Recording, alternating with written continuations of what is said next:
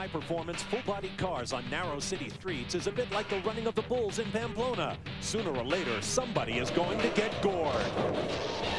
But contact is a necessary weapon in a successful street racer's arsenal. Knowing how and when to put a fender into a rival can mean the difference between defeat and victory. Welcome to the new Wild West.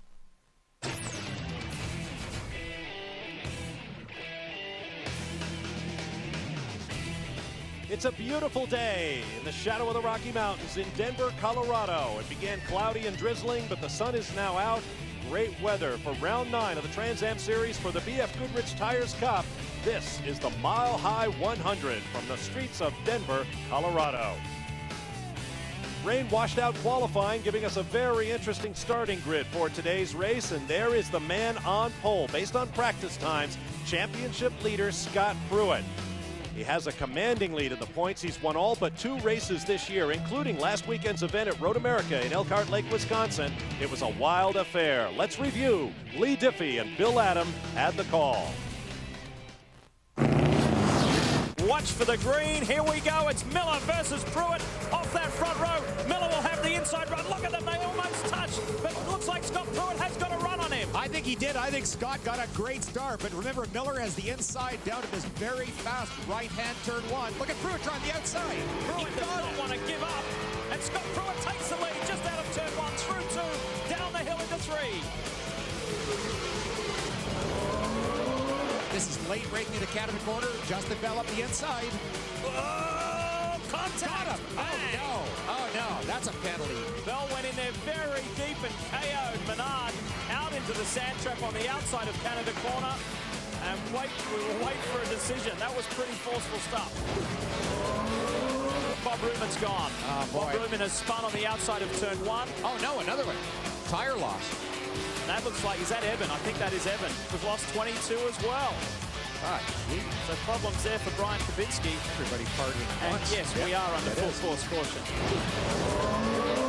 Checkered flag coming out with the yellow as well. Scott Pruett, well done. Victory number 6 of 2003. Congratulations, Jag. Awesome. You heard the call from Lee Diffey. 6 wins for Scott Pruett. He has been, in a word, dominant this season, and he's coming off of 4 wins in a row. And although another win here today would not lock up the championship, Scott, it would be one giant step towards locking it up next event. It would. You know, it's been a dream season for us. I had family at home. Everything that's gone on this year has been just tremendous. And if we can just kind of keep the ball rolling here. Now you start thinking about championship race win. Not to say that I'm going to be conservative today, but we are focused on a championship. Well, yeah, don't look for him to be conservative. He's won championships before. He's on his way to doing it again. Bob? Well, he may well be, but to win today, he's going to have to go through the reigning Trans Am champion, Boris Said. Let's take you back to the streets of Long Beach, California, earlier this year, when it was Scott Pruett and Boris Said on the front row. Boris kept pace with Pruett throughout the race, allowed Scott to use up his tires just that little bit too much, and then he pounced, taking over the lead in the late going and holding on for a victory. In 3 appearances this year, last year's champion has 1 win and 2 second-place finishes, and you can be sure he wants to step to the top of the podium here in Denver. Let's meet him now with Calvin Fish. Bob, when Trans Am cars race in the streets, it's always exciting, but when Boris Said the defending Trans Am champion is in the field, it's normally spectacular. Boris, you won on the streets of Long Beach. Since that time, your old sparring partner Pruett's had things his own way. Do you have anything for him today? I hope so. I mean, he's got to remember we're not in the championship anymore. So, you know, I'm racing for GE Access. They're a local company here, and everyone at ACS and No Fear, and I got nothing to lose. So Mike told me to either win or bring this thing back in a bucket, and that's what I plan on doing. Okay, strong words again from Boris Said. He's the defending champion here. He's gone for 2 in a row. But Boris being back is not the only news this weekend, Bob. No question about that, Calvin. As we welcome you to our announced position, I'm Bob Varsha along with Bill Adam. Motor Rock LLC, an entertainment and lifestyle company, has signed on to be presenting sponsor of the Trans Am Series. And Bill, that is great news. I think it's very exciting news that you associate Trans Am cars. They're big and noisy and wonderful, exciting, with rock music. I mean, we have that at the start of our shows, and it just seems to fit. So we're really opening up the series to a whole new generation of viewers and fans. I think it's tremendous news. That's right. We'll be mixing racing with big-name entertainment. How big? Things begin 3 weeks from now in Miami, Florida, where the headliner will be Sir Elton John. But right now, it's all about the race here in Denver. And here's how the championship stands coming in. Scott Pruitt with a 44-point lead. Mathematically, he cannot clinch here today over Johnny Miller. But another victory this season would make it all but impossible for anyone to prevent Scott Pruitt from claiming his third championship, Bill. And the fella back in 5th place, too, Stu Hainer, he is somebody that we have to watch today because all last year, particularly we saw the streets in Miami, Stu Hainer was just awesome. He is a street fighter, and right now he's down with Brian Till. Well, Stu Hainer is indeed a street fighter. He comes back to Denver feeling like this place owes him something. He was on the provisional pole last year. Stu is taken away with a technical infraction. How sweet is revenge? Well, it'll be great. We've had a great car this morning, and I think we've got a car to go to the front. This track is a wonderful track. It's a little tough to pass, but I think all in all, if the car was as good as this morning, I think you're going to see us go to the front. Indeed, he had a good car this morning. Third quick in the morning warm-up. Look for him to go to the front. It's like you said, Bill, he is a street fighter. Well, cinch up those belts tight. We're about to go street racing. And a year ago here in Denver, as you heard, it was Boris Said who led when the checkers finally waved. Plenty of action en route, we might add. We expect more of that here today in Denver. Stick around.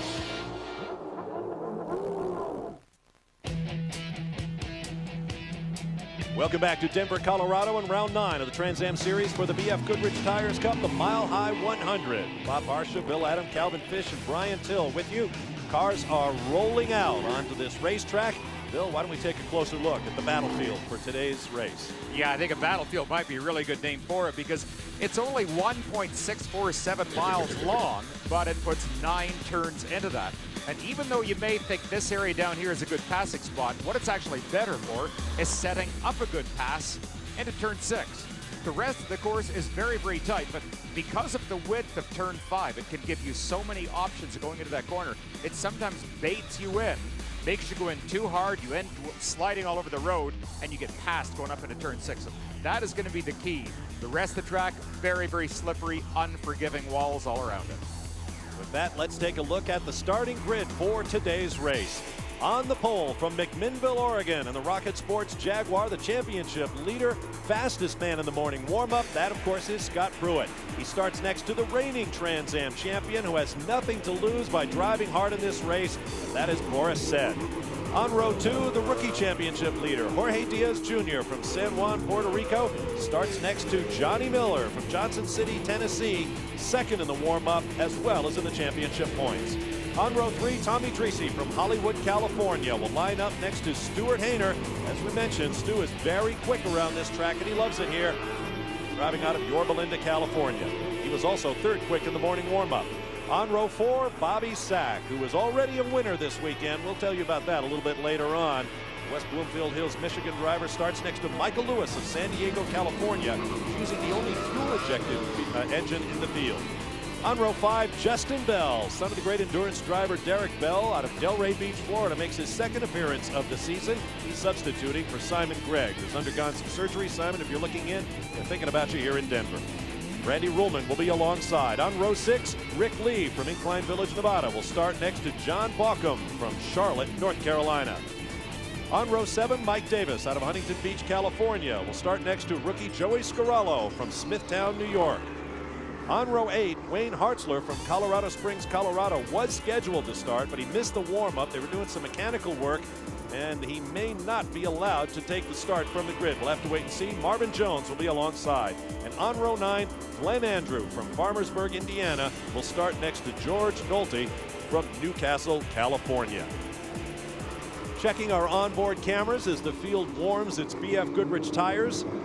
Stu Hainer will be carrying one, and if you've been following the Trans Am Series on Speed Channel this year, you know you're going to want to right along with Stu. He's always at the center of the action. He starts 6th in today's race. We'll also have a camera on board with the rookie leader, Jorge Diaz. Let's get more on the rookie championship with Brian Till. Well, Bob, I spoke to Jorge Diaz Sr. about Junior's perspective on this race. He's got his best start of the year. He'll be starting 3rd, and he's up front with the big guys. He said, yeah, we want to run with the big guys. We want to perform. We want to show people what we've got. But we also want to keep our car underneath us and be there at the end. He's got a 41-point lead in the rookie points right now. He wants to win this Rookie of the Year championship. Bob? And he will be a hero when the series wraps up in his native Puerto Rico later this year. Now you're on board with Scott Pruett, who will start from pole position. He closes up on the safety car. The lights are out. We expect a green flag this time around. And what about that front row? Pruett has to see the big picture, Bill. Boris said couldn't care less. Yeah, exactly. I think they both gave it away with talking on the grid because Scott Pruett is really concerned about winning the war. Boris said doesn't care about a war. He wants the battle today. And I think Scott may be smart enough just to back off a little bit, let Boris go through, because if he tears a fender off, so what? It's only a fender. As he said, his car owner told him, bring it back in a bucket. I don't care. Just bring it back with the winner's check. If I were Scott, I think I would stand back and watch. But with Scooter, you just never know. No, it's professional pride there, too. I mean, the other thing is, do you want to... There's crew just talking to him, just telling him he's about to get the green. Go, go, go, go. Field forms up well. The green flag waves. We're underway on the streets of Denver. And Pruett, another tremendous start. Just beautiful. Not even a chance of getting that Mustang up alongside. Diaz squeezing his way forward under Johnny Miller. On board with Stu Hainer. Oh, 2 cars. John Baucom on the that's John Baucom's Jaguar right there, alongside one of the old Mangustas right there, Rick Lee. Rick Lee. They're both going to rejoin as long as they don't back into each other. Turn 1 is extremely difficult here. It's a very tight 90-degree left-hander, very, very slippery. And you simply can't go through there side by side with these cars, I would guess, Bill. Now, here's part of the tempting area I talked about, getting down under brake. Oh, look at this. He's losing it. He got him. Hainer inside. Oh, man, he hit the back of Tommy Dreese's Jaguar, put Tommy around. Stu got in so deep on pavement that had no or very little rubber on it. You saw the car just wiggling all over the place as he locked up the rear brakes. Well, we're giving the stewards lots to talk about. Oh, as we slip and slide on cold tires everywhere. It's Bobby Sack in the number 10, the Revolution Motorsports Corvette.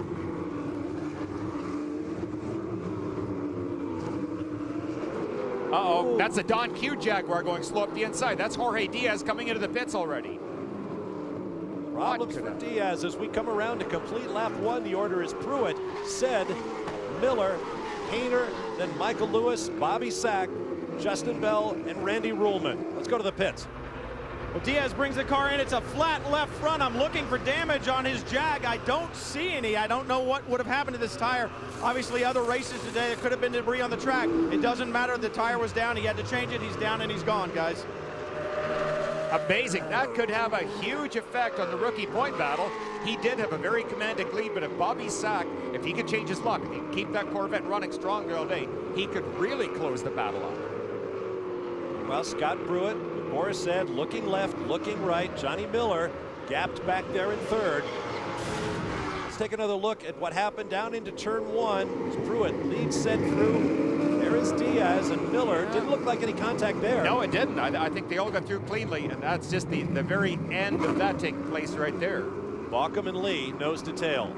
Now later on in the lap, we ride with Stu Hainer, headed for the mile-wide corner. Oh, boy. Wow. You can hear it all. You can hear the crunching of the differential as it locked and unlocked, and just the screeching of the tires. He was a passenger for a long time there. Very, very uncharacteristic of Stu Hainer to make a mistake like that. On board with Hainer. Now, one more look. Let's just watch in the background. Look back here. Down on that gray area to the inside of the corner. Man. And the other guy who just about has the same amount of bad luck as the Sack team, Tommy Dreese, who got nailed there. Look at that damage, Brian. Well, Diaz brought the car in. I asked his father if he said anything on the radio. No, he did not. They don't know if he contacted another car or the wall, but you can see the damage to the wheel. It actually bent it back, and that's what let the air out of this BF Goodrich tire. Calvin. Just a quick update on Tommy Dreesy's position right now. The team reporting no damage to the race car. All they lost was valuable track position, Brian. There's Tommy Dreesy, currently shown in 11th after Hayner had to use him for a break down in the mile-wide corner. I'm surprised that they're not reporting some damage because that looked like a fairly heavy hit. Now, he would have been smacked right there that we're looking at. Left rear looks a little wobbly. It does. You know, it does. Maybe a little damage to the under tray as well. Maybe pulled down from the bodywork. That wheel definitely looks like it's bad, but at least it's not losing air, so maybe just a vibration through the wheel. 58 laps to go. That car is going to be a handful unless he can go in and make repairs. Meanwhile, up front, Johnny Miller appears to be drawing up just that little bit on the front-running duo of Pruett and Said. Miller was very pumped this morning after his warm-up. He said he went out basically on used tires, a lot of gas in the car, and he has 100 people here with his Eaton Cutler Hammer sponsorship. So that, too, always gives you incentive. You want to perform when you know there's a big crowd here. A week ago at Road America, Scott Pruett led every lap for his 6th win in 8 starts this year, bringing Jag its 3rd Manufacturers Championship. We'll be back to Denver in a moment. Welcome back to the streets of Denver as the championship leader, Scott Pruett, looks for his 7th win of the year. But when you look back to Long Beach, where Boris Said won that event, Scott Pruett said that day, I really got taught a lesson in tire management. And since that time, Scott has really proven to be disciplined in using these tires up during the early parts of the race. So Boris is going to be handing him, but they may just be pacing it right now as we see Johnny Miller closing in on both of them. That's right, Johnny Miller turned the fast lap last time around. Now the honor goes to Boris Said, a 1:13.0. 13.3. Water brakes on, brake blowers on. Now Stu Hayner was finally contacted by the officials who brought him in for a drive-through penalty for that collision with Tommy Dreesy on lap 1. Brian Till has more on that. Obviously, the Revolution team and Don Sack not at all happy about that. At first, they were told that he was being watched for an aggressive move, and then the next thing they knew was he was getting a drive-through penalty. Obviously, that puts a big, big hurt on Hayner's chances at a comeback and a win here today. But the thing to think about was Don Sack said, hey, it was cold tires the first lap. Scott Pruett told me it takes at least 2 or 3 laps for these tires to get up to temperature on this racetrack, so maybe a bit of an optimistic move by Hayner on that first lap. And after the drive-through, Stu Hayner rejoins in 8th place. Let's take another look at what happened, Bill. Yeah, one more time. Watch back here, and you can see right there, he left rubber very, very early on. So, you know, I think for Don Sack, yeah, he's going to be disappointed, but basically Stu should have known. Wow.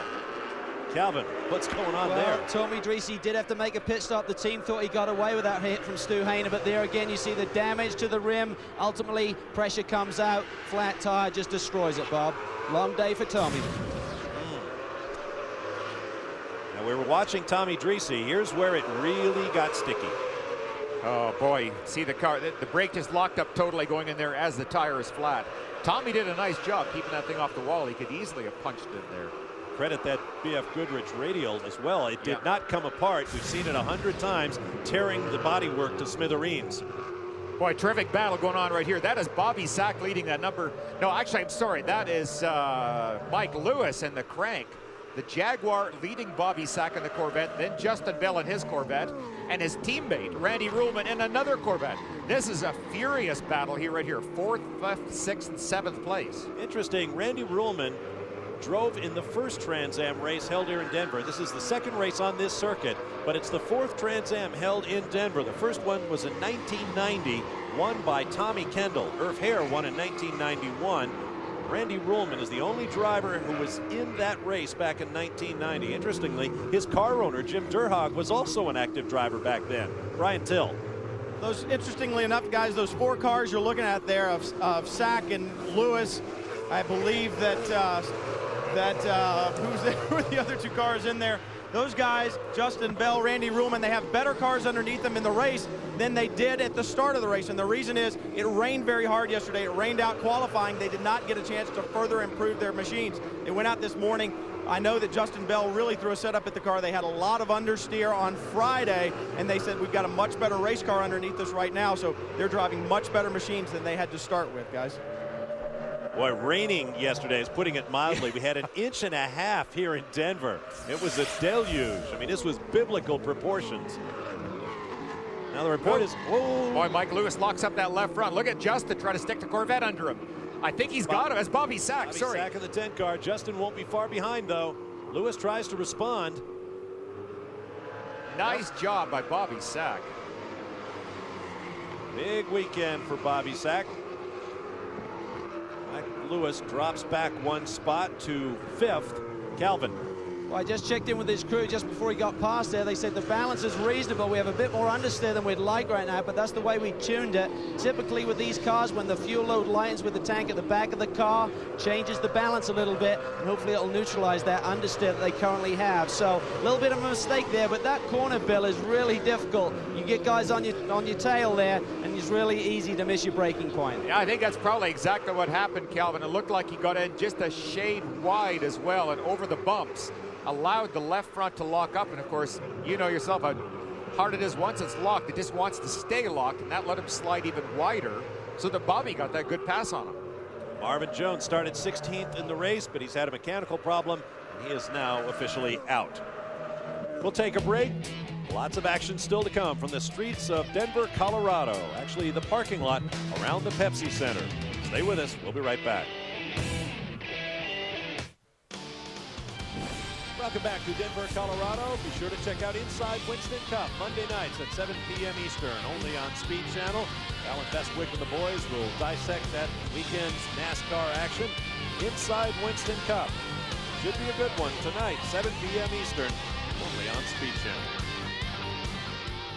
Welcome back to the Mile High 100 on the Trans Am Series for the BF Goodrich Tires Cup. Bob Varsha and Bill Allen in the announce booth. Calvin Fish and Brian Till down in the pit lane. On track, there is Tommy Dreese trying to avoid going a lap down to race leader Scott Pruitt. We are on the Fast 5 lap, a unique rule in Trans Am racing. On a designated lap that's basically pulled from a hat during the parade laps, any driver within 5 seconds of the leader on the Fast 5 lap picks up a bonus championship point. Right now, points would go to Boris Said and Johnny Miller. Johnny Miller desperately needs that 1 point if he wants to stay in contention. Now let's see. I thought Boris may try and use that as a pick play, but just not quite close enough going by Tommy Dreese. Dreese did a nice job there, kind of keeping out of the way. That's good. Now Johnny Miller will have to get around him if he's going to stay in the hunt. Looks like he got it done. Boy, Boris's bumper is getting closer and closer. Hello, I'm here. Something I wondered just a moment about is that the fact that we're in pretty thin air, being mile high, the brake duct openings on the fronts of these cars, even though this track is relatively good for brake cooling compared to like Three Rivers, for example, really not too much of a problem unless you're following somebody closely. Boris and Johnny Miller have both been in such... Oh, 13, God, see how lap 13. Boris wow. still got the fastest race up in a 13-0. That's a crew chief talking right there to sing fast race lap. But for Boris and Johnny Miller, now, the brake ducts, you just see them down in the corner of the car. They're getting the dirty air that's spilling off Pruitt's Jag. So Scott will have better brakes than they both will right now. Well, the other thing about this thin air, Bill, is this not only affects the brake, it affects obviously the cooling of the engine, but the other thing it affects is horsepower and the aerodynamics of these cars. The guys are thinking that the horsepower can be affected by as much as 50 to 100 horsepower. Consequently, they're using something they don't typically use, and that is first gear in a lot of these corners. They just don't have the torque or the horsepower to pull them off in second gear. So a lot of these drivers go into first gear, and the concern is how good are these drivers with their downshift and how hard is it going to be on the gearboxes.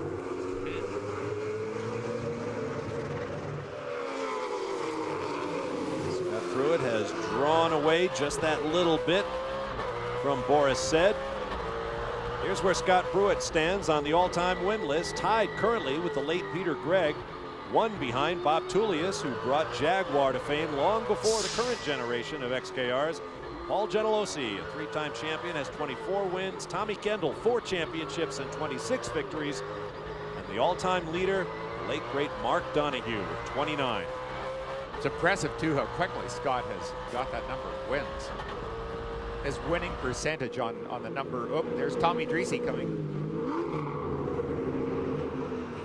He just has terrible luck. Well, Tommy brings it in, and as he was weaving around, I saw the left wheel going in and out. So something's broken here on the left corner of the car, some kind of suspension piece or the drive shaft. And there you see it. Looked like the whole rear end is loose. It's moving the whole rear end of the car when he took that shot from Stu Hayner earlier. Obviously, has broken something back here, guys. Yeah, the Rocket Sports cars are strong, but that did look like a really, really hard hit by Hayner. Now Johnny Miller closes up on Boris Said.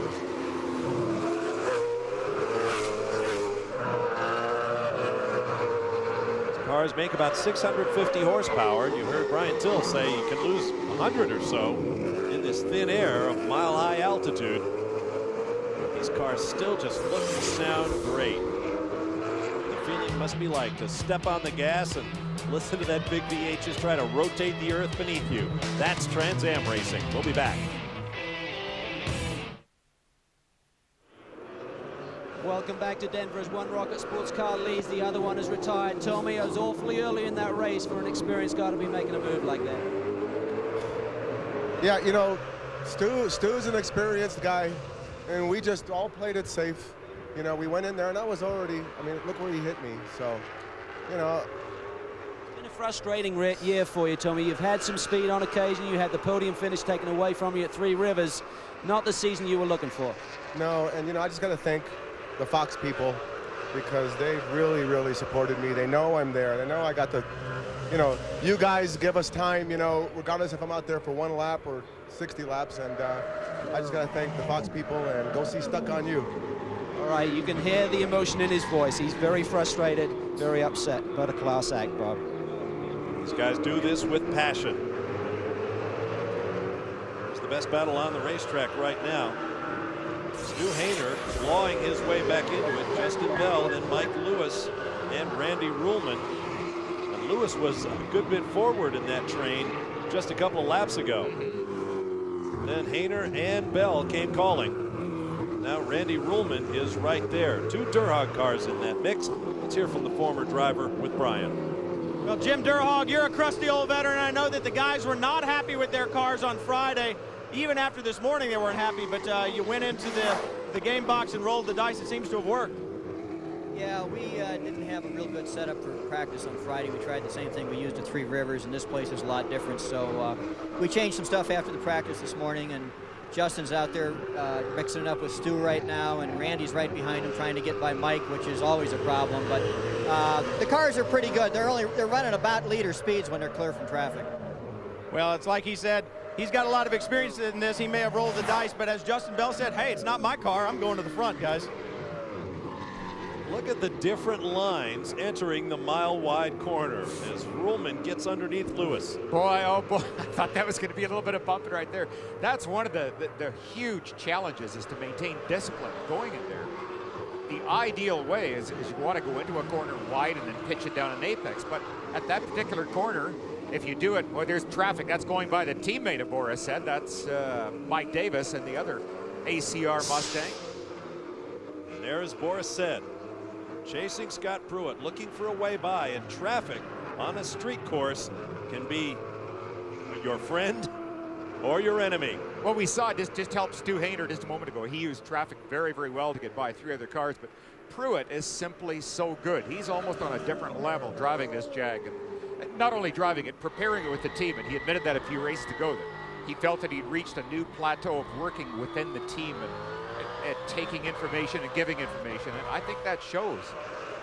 Well, it's all a part of the ongoing development of the driver. Earlier we heard that Scott Pruitt learned a lot about tire management in the current generation of Trans Am cars at Long Beach. Even an experienced guy like him, a 2-time champion, still has something to learn all the time. Every time, I think every single race. Right now, the guy that I'm watching is in 3rd place, Johnny Miller.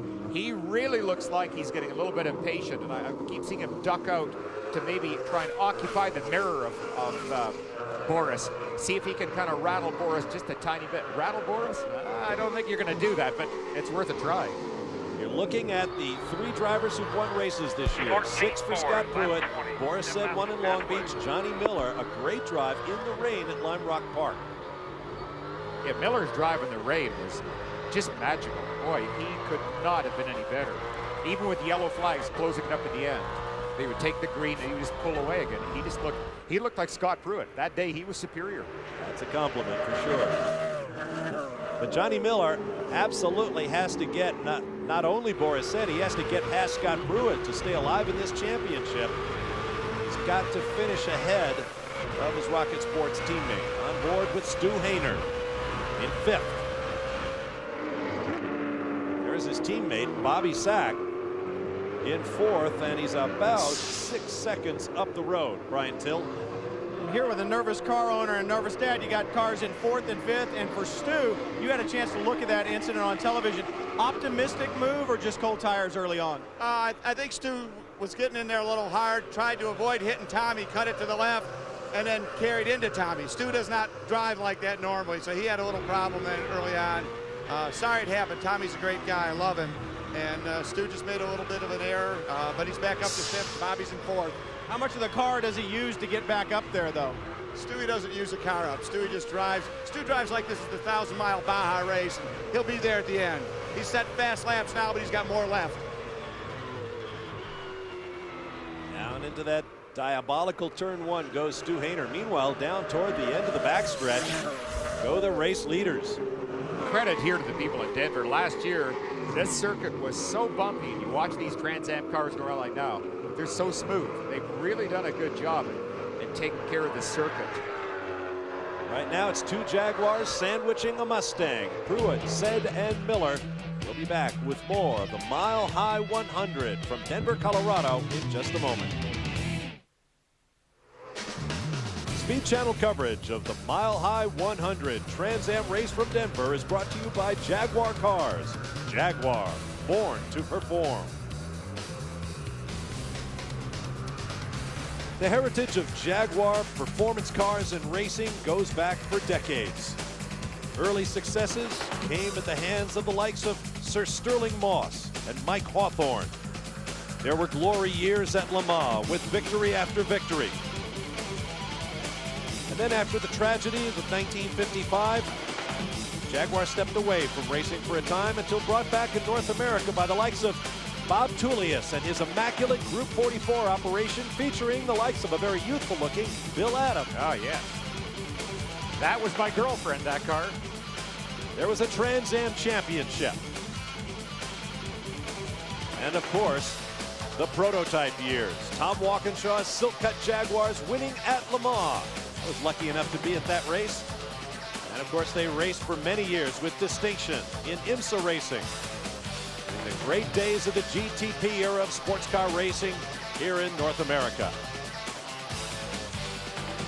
And the newest generation of Jaguar is performing today here in Denver as we welcome you back. You're on board with race leader and championship leader Scott Pruitt. 12-9, 12-9, lap 25, 5 laps and halfway. Halfway through the race, you just hear the crew chief telling him he's running in the 12s now. That is very close to qualifying time, as a matter of fact. Jaguar has a new engine in the pipeline, a thoroughbred Jaguar engine. We could see it as soon as the next round in Miami. Now you're on board with one of the fastest men on the track for the last handful of laps. Jorge Diaz, who had to make that pit stop for a broken wheel rim, now is in 9th place. Well, indeed, Bob, one of the fastest Jaguars on the track right now. Jorge Diaz Sr. standing here. I know you've been talking to Junior on the racetrack. How's his progress going? The car underneath him, it's good? Yes, it's good. He's on the 13-1, 13-3s. He's catching up to Lewis and to the guys up front, Ruhlman. So we're very happy. I mean, it was tough luck to have that front tire. Definitely tough luck, but one of the reasons he is where he is in the rookie hunt, it's because of perseverance and consistency. He's been there all year long, and he's rocking and rolling now. And Calvin Fish is standing by with somebody that knows something about rock and roll. Calvin? Perfect segue, Brian. Great news this week. Motorrock have come on as the title sponsor of the Trans Am Tour, and Jamie Rozier, the chairman of this company, talk about the exciting news and what we can expect at Miami. Well, Calvin, this is the first of what we hope is a very long relationship between Motorrock and Trans Am Series. For me, it's one of the most exciting series to watch, and after this first turn, which really is a brutal one, it's anybody's guess who's going to come out on top. Of course, I'm a little biased, and while I haven't put anything extra in the car, I certainly have put something special on the car. And at Miami, we're going to have a big concert there. Elton John is going to headline that deal. That's right. The Rocket Man himself is coming to Miami. Very, very excited about that. It'll be a great way to start this gig, and certainly Miami's an exciting place anyway. With a Rocket Man there, it's going to be something else, Bob. No question about that, Calvin, and I cannot wait to hear the other big-name entertainers. We're not talking about local bar bands, the likes of Sir Elton John, along with lifestyle events, a whole lot more. The whole concept of a racing weekend and value to the race fans is being completely rethought. It's all starting right here with the Trans Am Series. You about lost your analyst today, too, because I heard that the top 3 finishers today in this race will all get front row tickets to the Elton John concert. I thought, man, I want to get back in the car. Well, I have to assume that the announcers for the nationwide television coverage will also have front Yes, we'll be on stage. Oh, yeah. I knew Nigel Olsson, great fan of racing, Sir Elton John's former drummer. I would imagine he may be in and around Miami that weekend as well. Stay with it. Well, the 2003 Trans Am season has not been kind to Bobby Sack. And Bobby, I know you've had bad luck, but you're working on some things to get your luck changed.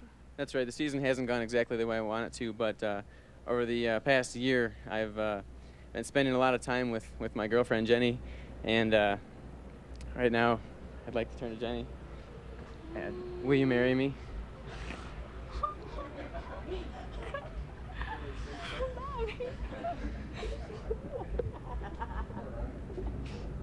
Jenny, we need an answer. Yes. Well, you make life-changing decisions every day on the racetrack, but this one is certainly going to be life-changing for Bobby Sack. It looks like the green flag has been dropped. Ah, yes, that was the scene yesterday as Bobby Sack asked Jenny Boyd to marry him. Good job, Bobby. You didn't miss a shift on that one, fella. Well, I hope someday she gets him back for doing that in front of our television cameras. Very cute. Good luck to the young couple. Bobby Sack currently running in 4th place. This could be a very good day for him in lots of different ways.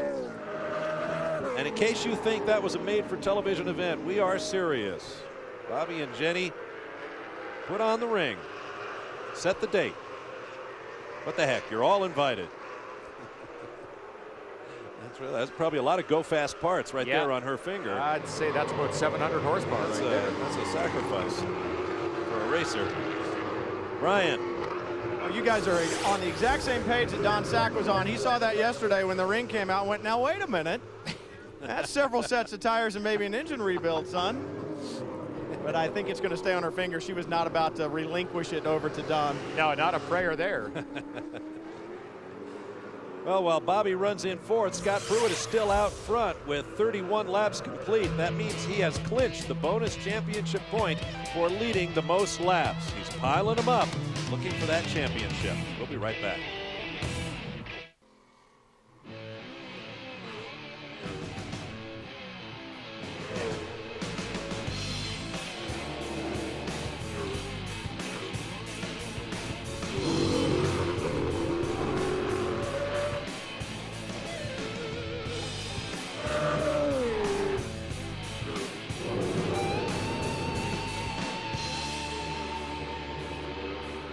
Welcome back to the Mile High 100, round 9 on the Trans Am Series for the BF Goodrich Tires Cup.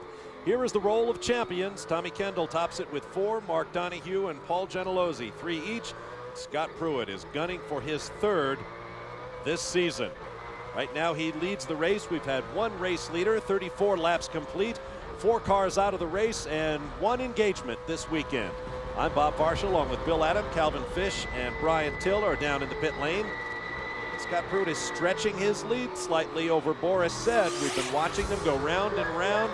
It all looks very mild-mannered right now, but I have to think Boris Said has a plan, Bill. I do too. I think right now Scott Pruitt is trying to keep his plan in action. That is to go as slow as he can go without allowing Boris to get right up on his bumper. He doesn't want to maintain that lead. He doesn't want to take a chance on maybe Boris passing him and taking both cars out of action. So he would like to stay clear, but Boris also looks like he is just driving closely, just waiting for his time. Well, let's hear what Scott Pruitt's plan is. Calvin Fish is in his pit. Down here with Troy Cowgill. Troy, the boys look like they're being very well behaved right now. When do they pull the trigger and really go for it? Are they pacing? I think they're all around pretty hard right now. Johnny Miller turned a fast race lap 4 or 5 laps ago. Scotty just turned it like last lap. He just turned it 12.7. I think Scotty's trying to stay out in front of Boris. Miller's trying to keep up with them, so they're all running pretty strong. Real chess game out there right now. Let's get down to Brian Tell. I spoke with Chris Willis with Boris Said. He said Boris has said absolutely nothing on the radio, and they just feel like they're running a pace. That was the goal when they went out. They said, we'll go as slow as we can go to win this thing. We want to make sure we have a car at the end, Bob. Well, they are going at a pretty good lick. They have lapped all the way up to 9th place. Jorge Diaz Jr. They make it look so easy. They do. I mean, they're both driving so smoothly. I haven't seen either driver get sideways at all. I haven't seen any smoke off brakes. They're just not making any mistakes at all. So I think they're both going to have real strong cars for the final crunch. Let's take a look at the race winners over the years here. Earlier I mentioned this is the 4th Trans Am in Denver. The first was back in 1990, won by Tommy Kendall en route to one of his championships. Irv Hare won in 1991. Boris Said last year. Kendall rates right up there on the all-time winning percentage list. 26 victories at 83 starts. That's a 31% winning percentage. Scott Pruitt, 20 for 56. Oh, a 36% average. Wait, batting .360 will put you in anybody's Hall of Fame, but it's not the all-time best. Mark Donohue, 29 for 55, a 53% winning percentage. That's the kind of thing you dream about. You say, nah, it couldn't ever happen. But yeah, Donohue was a magician.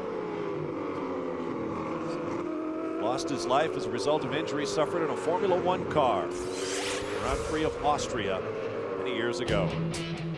We'll take a break, and when we return, more great racing from the streets of Denver, Colorado. Mile High 100. Welcome back to Denver. Tuesdays here on Speed Channel mean two-wheeled racing action. We call it Two-Wheel Tuesday. Comes your way Tuesdays at 10:30 p.m. Eastern Time. Join Greg White for all the cool stuff on two wheels. That's what Speed Channel's all about. Two-Wheel Tuesdays come your way beginning at 10:30 p.m. Eastern every Tuesday only on Speed. Welcome back to a beautiful afternoon in Denver, Colorado. Bob Varsha, Bill Adam, Calvin Fish, and Brian Till. Watching Scott Pruitt, sun getting low, getting into the camera of his onboard there, in the lens that is.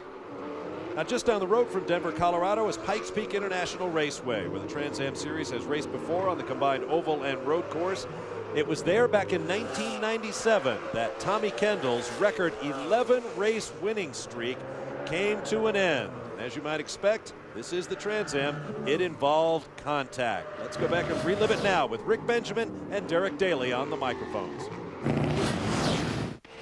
Borkowski in the 4. That's the Textron machine. Your leader. You're on board with the second place driver, Kendall. Look at the traffic. Look at the traffic. Can he get down inside Max Legard in the braking zone? Yes, he does. He squeezes him. Oh, he's gonna hit him. Kendall's going to punt him. He hit him. He hits him in the door. Kendall leads on Borkowski, knocks him off the course. Kendall takes Borkowski out and goes by. Kendall now with Ray Jenik in front. Kendall gets turned around by Borkowski. Kendall and Borkowski, and Kendall gets turned around. Borkowski retaliates and knocks Kendall around. Borkowski will hold on to the point. He's behind Max Legard. Mike Borkowski, take a bow, because that was retaliation that was probably deserved, and he will win. Mike Borkowski to the checkered flag. We'll see what the officials have to say about this one. The winning streak is over. Mike Borkowski takes the checkered flag in car number 4. Look at the body damage on the Textron Ford. Well, well, well. Another view is Mike Borkowski returned the favor to Tommy Kendall, who joins us in the announce booth now as Scott Pruitt lengthens his lead slightly over Boris Said. All right, TK, give us your side of that situation. That makes it look like I was a bad guy, doesn't it? Jeez, yeah, go figure. The part that changes it considerably is the rules they laid down at the drivers' meeting that morning. They totally revamped the drivers' rules, and they said the only thing you can't do is spin a guy out from behind. and you're allowed to work on a guy's bumper if you don't spin him out. His bumper in the middle of the door. Well, no, then the second part of that was in the driver's meeting, I couldn't believe what they were saying. So I said, what happens if you get next to him? They said, if you're next to him, anything goes. And I said, well, clarify what next to it is. Is it your bumpers overlapping? Is it the rear wheels, the jack post? And they said, if you're just next to him, anything goes. And so when I got spun out on the first lap by Dorsey, I figured they would penalize Dorsey. They didn't. I came from all the way back. I caught Borkowski, and I was just hammering his rear bumper. And Derek didn't know these new rules, and he's like, oh, my God, he's mugging him. And then at the very end, I finally was able, with the curb and the lap traffic, was able to get, for the first time, he hadn't made any mistakes at all. I was able to get up next to him. And as I was running him off the road, I'm like, this is brutal. But they had that's why I kept asking, are you sure these are the rules? And they said yes. So he's off in the dirt. And then I got held up by that lap car, and he came and gave me what was the only thing that supposedly was not allowed, but which is why my interview afterwards, I said, well, you know, based on my understanding of these rules, I'm not sure what's going to happen. Needless to say, they did not turn the victory over. I was pretty hot about it at the time, but I have to admit that that was probably a fitting way for you were on OJ's defense team, weren't you? I was not. I think I've heard you. That was asking him at the drivers' meeting about the new rules that weekend. They didn't broadcast them, but well, what that some guys will explains do to things keep quite a bit different. Yeah, it's true. Dorsey, of course, would be another former Trans Am champion, Dorsey Schrader, who, like Tommy and Bill Adam, now serves as a Speed Channel announcer. Needless to say, they undid those rules after that race, and they went back to the way it was before. So, what, with that kind of action, I was going to say, fan appeal. Well, that's exactly the kind of thinking that mud wrestling has ruled racing in this country. Actually, yikes. Or said, dropping back slightly, 1.2 seconds now behind Scott Pruitt with 19 laps to go. Has Scotty timed this one perfectly? Yeah, I know. I'm wondering if Boris had maybe overheated his brakes because he was running so tight to Scott for such a long time that in that maybe thin air. In the thin air. Boris draws up just that little bit. There is Jorge Diaz in the Don Q Rum sponsored Jaguar. He is 9th.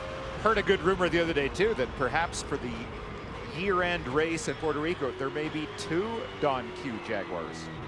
That'd be fun for next year. Who would drive the other one? The rumor didn't say that much. Oh, look at this. This is Stu Hainer on the right, trying to get past Bobby Sack, his teammate. I think he's got him. Well, if teammates can't get it done, then who can? So Hainer moves up to 4th now and demotes his rookie teammate to 5th. And the rate at which he's caught and passed Bobby makes you wonder if there isn't some sort of a problem. Maybe again, brakes is a major consideration in the altitude with the thin air. That was one of the big challenges in racing at altitude. You have reduced engine power, reduced ability to cool. The power and the cooling somewhat offset each other, but the brakes, there's just less air to cool the brakes. This action taking place 18 seconds behind 3rd place Johnny Miller up the road. Hainer is now comfortably into 4th. Brian Till? Well, I checked in with Don Sack about Stu Hainer and Bobby Sack, and he said there are no team owners.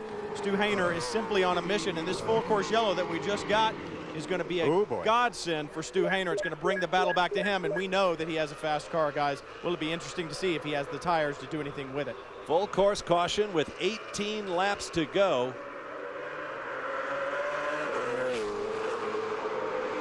The field making its way under the flags. We understand it's a debris-related caution flag. Tommy Kendall. Hey, Scott, this is TK in the booth. What's happening? Just kind of running around out here. My car was crap at the start of the race. The sucker had nothing but a kind of pushing it. Come back to me a little bit, but the thing is just pushing like a truck. We made a few changes before the race, and it was definitely the wrong way to go. So how are the brakes? Any problem with the long pedal with the altitude and thin air? Brakes good. I mean, the brakes, no problem at all with those. My only problem is just fighting its understeer. Been trying to lean on the rear tires a little bit, trying to get the car to come back to me a little, but still not real happy with the balance. We'll see what we can do, see if we can hold these guys off.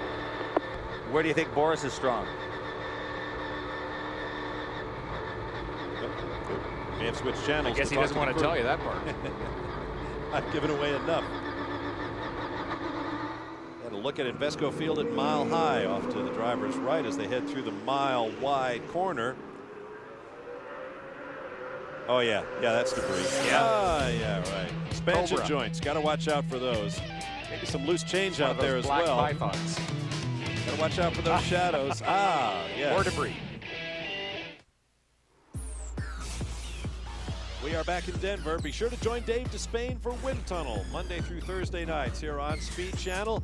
Dave has some big-time guests this week, including newly signed Penske Racing IRL driver Sam Hornish Jr. on Tuesday night, and AMA superstar Ricky Carmichael is scheduled to chat with Dave on Wednesday. You can call in, ask questions, express your opinion, just about anything. Keep it clean and join Dave Despain on Wind Tunnel Monday through Thursday nights at 9, only on Speed.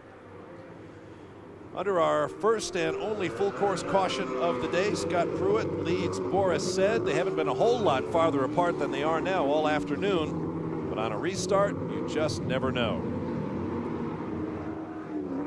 Calvin? Down here with Bobby Howard, he oversees Johnny Miller's car. Bobby, we saw Johnny dropping back a little bit there in the last 10 laps. Was he trying to save tires for this last sprint?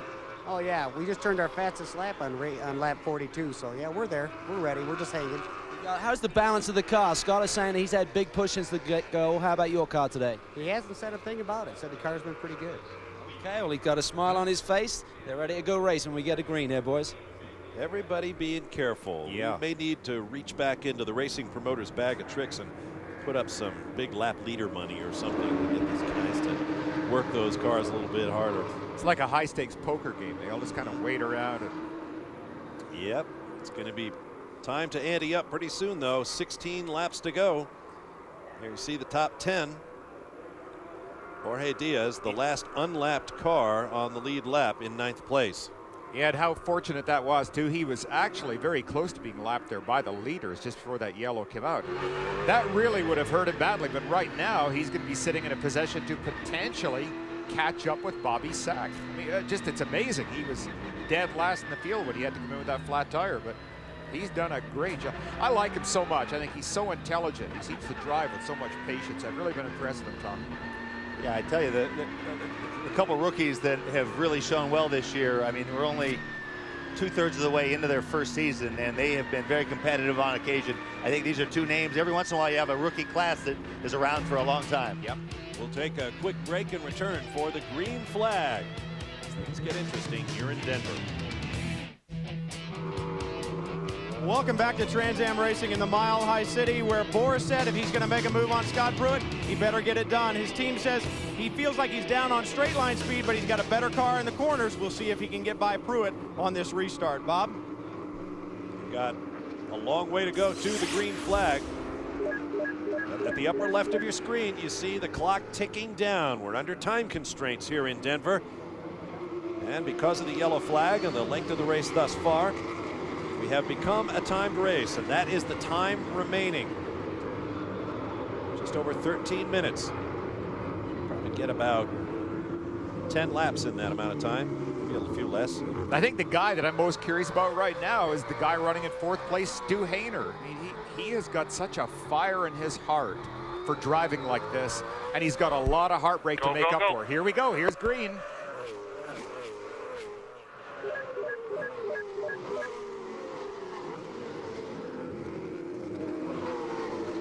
Johnny Miller's Jag really looks good under braking. He always seems to be making up a lot of ground there, very stable.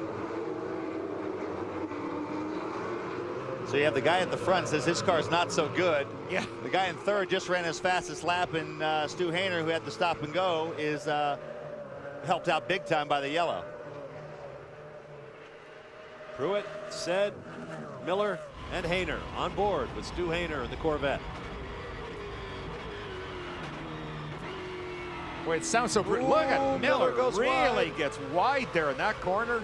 That's where Hainer, I bet you he was wishing he was closer because he could have jumped on him right there. Talk about a push. Look how early he's on the brakes. Uh-oh. Ooh. Bobby Sack got in deep, saved it. Nice job. But then look who just got by him. I think Jorge Diaz got by Bobby when he made that mistake. There's the Don Q Jaguar. He is by him. Amazing. Last place, and he has regained the rookie lead now. Diaz moves into 8th. Let's take another look at what happened. Yeah, just watch. No, that's Hainer, and there's Sack right up. Oh, boy, you know what? Got up behind his teammate. Yeah, that's exactly right. What He happened avoided was hitting Stu had protected the inside and angled back out to the turn-in point. Looks like Sack had a run and was going to try to give him a go on the outside, and then Stu eased over back in front of him. He had to jump on the brakes and almost went onto the escape. Fell route. on his sword rather than taking Stu out. That's right. Good move. For Stu. Yeah. That's right. Only one way. Here we're back on board Stu again. Seeing Miller cleanly off the corner that time. The end of the straights, it's a good spot to pass, but not nearly close enough. Really to try tough because it goes uphill, then right here, from here on, you're going downhill. Rounds. So if you get into the corner too hot, once it starts going away from you, you're kind of in trouble.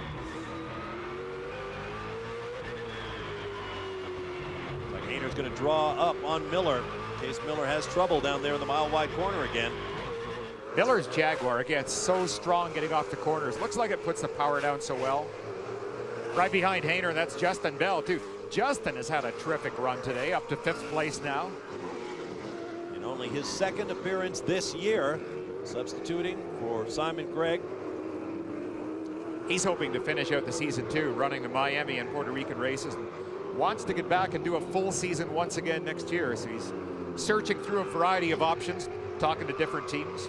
19 previous career starts. He has 2 victories, 7 podiums. He ran the full season in 2001 when he picked up some wins and was named Rookie of the Year. He had 8 starts on a limited schedule last year, and as I mentioned, this is his 2nd of 03. I'll bet you he'd love to get to the point where he'd say, Derek Bell, yeah, he's the father of that famous Justin Bell.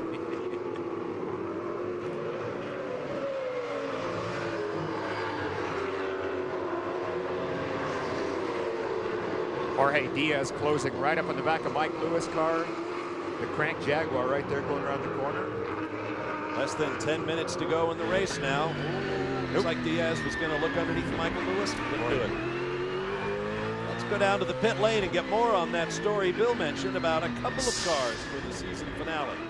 Well, Jorge Diaz Sr. looking intently at the big screen TV. He's watching the in-car from his son's car. And Mr. Diaz, obviously perseverance and consistency. It's working again for him. He's gotten in front of his rival, Bobby Sack, in the championship for Rookie of the Year honors. But more importantly than that, maybe for you guys, Don Q, we hear a rumor about 2 cars in Puerto Rico. There is a rumor, yes, and it might happen that we have those 2 Don Q runs, Jaguars in Puerto Rico, and one would be driven by Felix Reyes Jr., the owner. So the rumor about maybe Bill Adam driving the 2nd car, that's not true. No, he's a very nice guy, but I don't think he's going to be driving the car. And on top of that, they decided they couldn't pay Bill in enough rum in order to get him to drive the car. So it's going to be somebody else, Bill. Sorry. I was just about to say that, Brian. I'm going to be driving the 2nd bottle of Don Q rum. There you go. You have to be the social director for a 2-car team. That's a heavy responsibility. A Don Q double. Oh, Got a him. little wide. Jorge goes underneath. Can he get him? No. Oh, so close. Try him again. Nope. I think he would have had him there, but the gear was just a little bit too tall. It's geared for running by yourself, and having to cross under like that, and now he's under fire from Sack. Things are getting interesting here in Denver. Stand by for more from the Mile High 100. Seconds tick away. Welcome back to the streets of Denver, Colorado. Actually, the parking lots around the Pepsi Center. The Mile High 100 on the Trans Am Series for the BF Goodrich Tires Cup is now in its late stages. And there you see Bobby Sack, who passed 2 cars at once, and here's how it happened. This is good, coming down in the corner. Look at how wide Diaz is going to get right here, locking up a brake, sliding wide. So quick by Bobby to get underneath and take advantage of position. Then he also got an excellent run off the corner to get up alongside Mike Lewis, and watch what happens through this corner. Mike tries to turn in, blocked, and in the background, Diaz takes advantage of it, and he squirts the Don Q car through. Really good action. So Bobby Sack moves up 2 spots, 1 spot for Diaz, and Lewis loses 2. Up to the race lead, Scott Pruitt in that silver Jaguar, leading Borisset in the Mustang.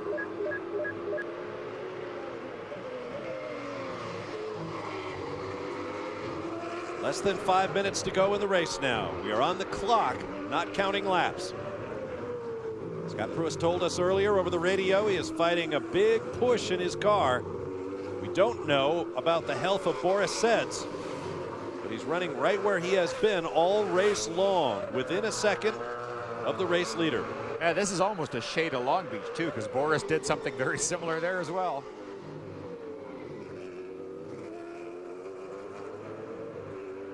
You know, as you noticed earlier, Boris does get so close to some of these walls. And he is within an inch or two every time. Incredible eyesight and depth perception. Put that car right where he wants to. You see a little further back, you see Johnny Miller is still in third place, almost 3 seconds back, but the gap is growing right now. Stu Hainer, he's another further second and a half behind Johnny, and Justin Bell another second and a half back from that in fifth place. By now, Boris Said should know where his car is strong and Pruett's is weaker, assuming he has the car under him to make a move. It's been a very clean race thus far. A little contact here and there. Most of it very early on. Stu Hainer got into the side of Tommy Dreese. Was penalized with a drive-through penalty. He's worked his way back up to fourth. No contact for either of the front runners. Nah, you know, the time is running out too. If Boris wants to give his crew some bodywork practice, this is the time to do it. Well, and we keep thinking he's waiting, but if at this point, if he had something for Scott, he'd be showing it. I mean, he's close, but he'd be, if he was saving it, waiting to put it all into one big move. You know, he's running out of time. There's a couple minutes left. I think, you know, they continue both of them to drive so smoothly though, and I keep expecting Boris to start pitching that car around and just try to use it up, do whatever he can to get by Scott. Brian Till. I think, guys, if you remember back to what Chris Willis said during that full course caution, he said we're faster in the corners. Boris feels like the Jags got the legs down the straightaway, and I think that's exactly what you're seeing right here. Once they get into the tight part of the course from turns 2 back around to turn 5, Boris closes the gap. But when they get down these long straightaways, what you see is Scott pull back out. And I agree with you, Tommy. If he had the car, he'd be making the move right now. I just don't think he has it.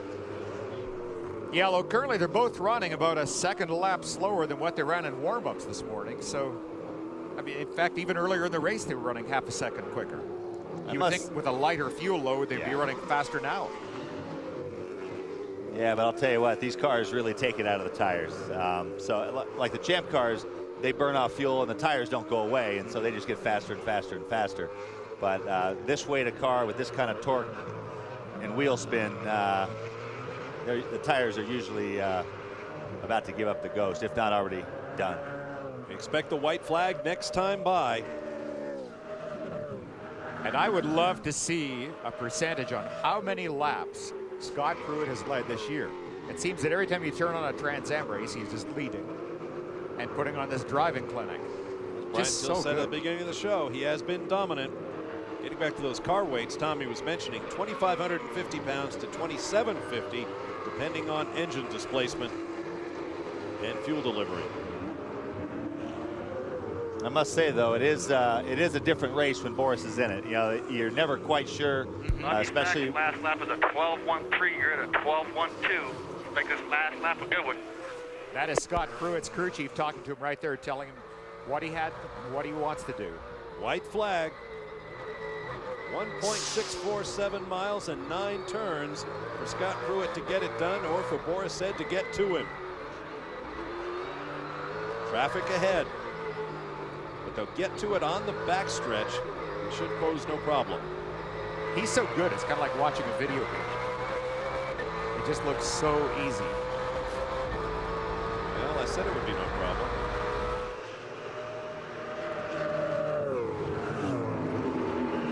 Yep, both safely by. Oh, yeah, Boris. Oh, man. He tried it. He got in really deep that time. He made the lunge. What was he going to do when he got to him? Hit him. Use him for brakes. Use him for brakes. We've seen that before today. Yeah, Tom. 8 wheels stick better than 4. Couple of corners to go. Good battle going on here. Justin Bell, Bobby Sack, Randy Ruhlman.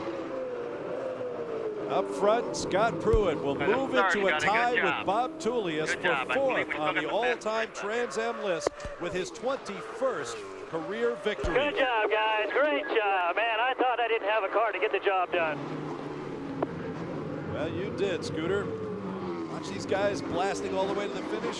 Justin Bell will keep Bobby Sack behind him. Jorge Diaz back there as well. So the rookie battle will close up just that little bit. Scott Pruitt can clinch the title in the next race in Miami in 3 weeks. We'll hear from him in a moment. Well, welcome back to Denver, the land of the thin air, but it's certainly not thin air for Scott Pruitt. He's gulping it in and enjoying life. 5 in a row, 7 on the season, and the championship. It's right there, buddy. It's right there, and congratulations to the team. They did a terrific job. Hi to my family at home. Miss you. And what can I say? We started out terrible. I mean, the car was junk. We had so much understeer. I was sweating bullets at the start. But as we ran, the car just kept getting better and better and faster and faster. So if you want something fast, at the end is it better than at the start. Absolutely, and it's the end that pays the points and the money. And Calvin is standing by with the guy that was putting the pressure on Pruitt to the end. Calvin? Well, he certainly did, and he almost burnt his hand there on the hood. Certainly a big lunge there on the final lap, but Scott learned a lesson, I think, in Long Beach in time management, and he had a strong car all the way. Yeah, I mean, I think he learned a lesson in going down the straightaway. I mean, they had, you know, more horsepower than us today, but I think I might have broke a valve spring because it was a little flat in the top, but I wanted to win this race bad for, you know, we have a lot of people from GE Access here. It's a great bunch in Colorado. This is a great racetrack, especially starting it off with this, you know, new race rock, Moto Rock. I still don't know what it is, but it's supposed to be about stars, cars, and guitars. But and I tried my hardest. I gave a Hail Mary at the end and almost lost it, but I had some gap behind me. But everyone at ACS, no fear. It was a great run. Too bad he beat me. I hate that.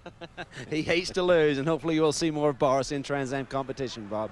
He does. Boris Said now with 1 win and 3 second-place finishes in 4 starts this year. Scott Pruitt now leads Johnny Miller by 51 points and will clinch in 3 weeks' time on the streets of Miami, Florida with a 5th-place finish or better. 7th podium finish of the year for Johnny Miller, and Stu Hainer matches his best finish of the season, a 4th earlier this year at Lime Rock Park. There are your final finishers and the 4 cars out of the race. Final thoughts, Bill Adam?